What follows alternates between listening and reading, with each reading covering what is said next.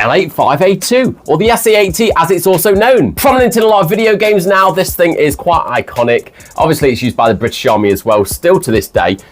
Let's see how well they do in airsoft. 6mm bullets. It's modelled as an airsoft gun on the sides of this box. It says new edition L85A2, so we'll look forward to that. And it's a 1:1 scale high performance model on the side of this box as well, so looking forward to trying it.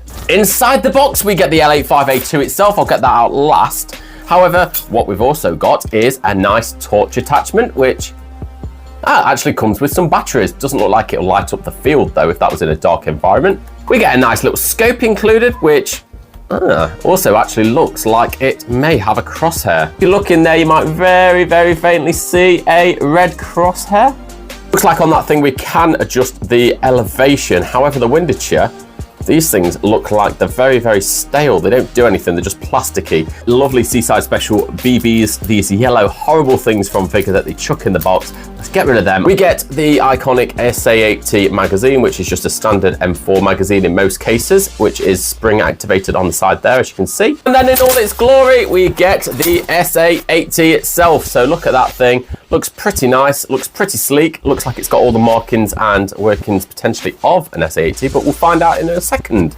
Okay, SA80 here then, look at that thing. Has all the markings on here, has sort of all the indentations, all of the markings and designs that you'd expect on the SA80 on both sides. I will point out, first of all, straight away, full plastic design, no metal parts on there whatsoever actually, so it's quite light, there's not much to it. We do on the right hand side here seem to have a safety catch, so pushing that in and out activates or deactivates the trigger, which is cool. I'm quite disappointed that the front compartment doesn't open up here. It's a nice little feature of the SA80 when that opens up and shows the internals in there.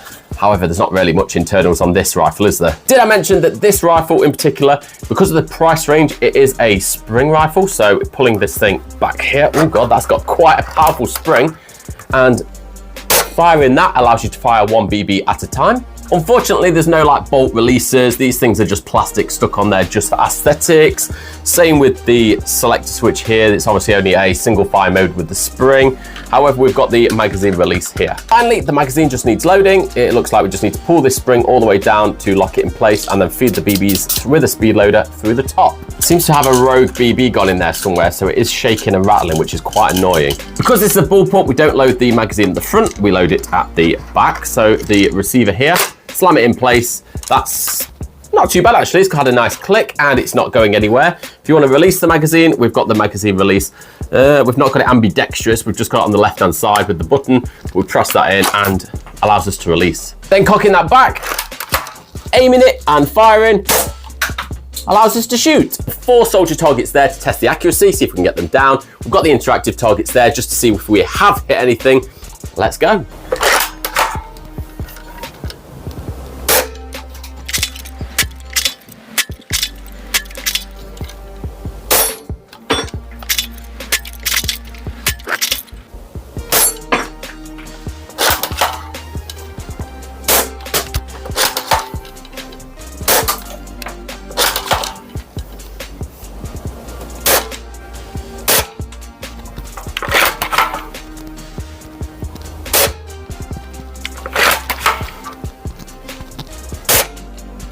I bet you guys can't wait to hear how the verdict went with the SA80 from Vigor.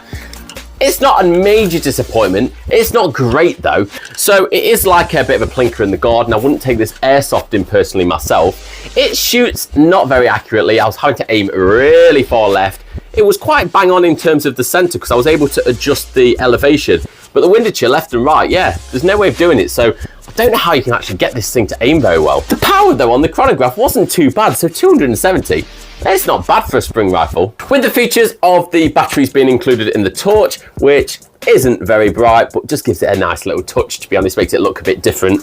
And in the scope itself, even though obviously it's not a great scope, it is a little bit of added addition. And for the price you pay for these things, it's quite a nice little addition. If you had that hanging up on your wall, somewhere in your shed or your house, I mean, it looks pretty authentic. Obviously being plastic construction, as soon as you pick it up, you notice that obviously it's not a great quality. but it's not too bad. I'd love to hear your guys' thoughts of SA80s, L85A2s, A1s, anything like that. Have you tried any gas blowback, electric blowback, electric or AG, anything like that? Have you had any good experiences with them? What do you think about them compared to your standard M4s, etc.?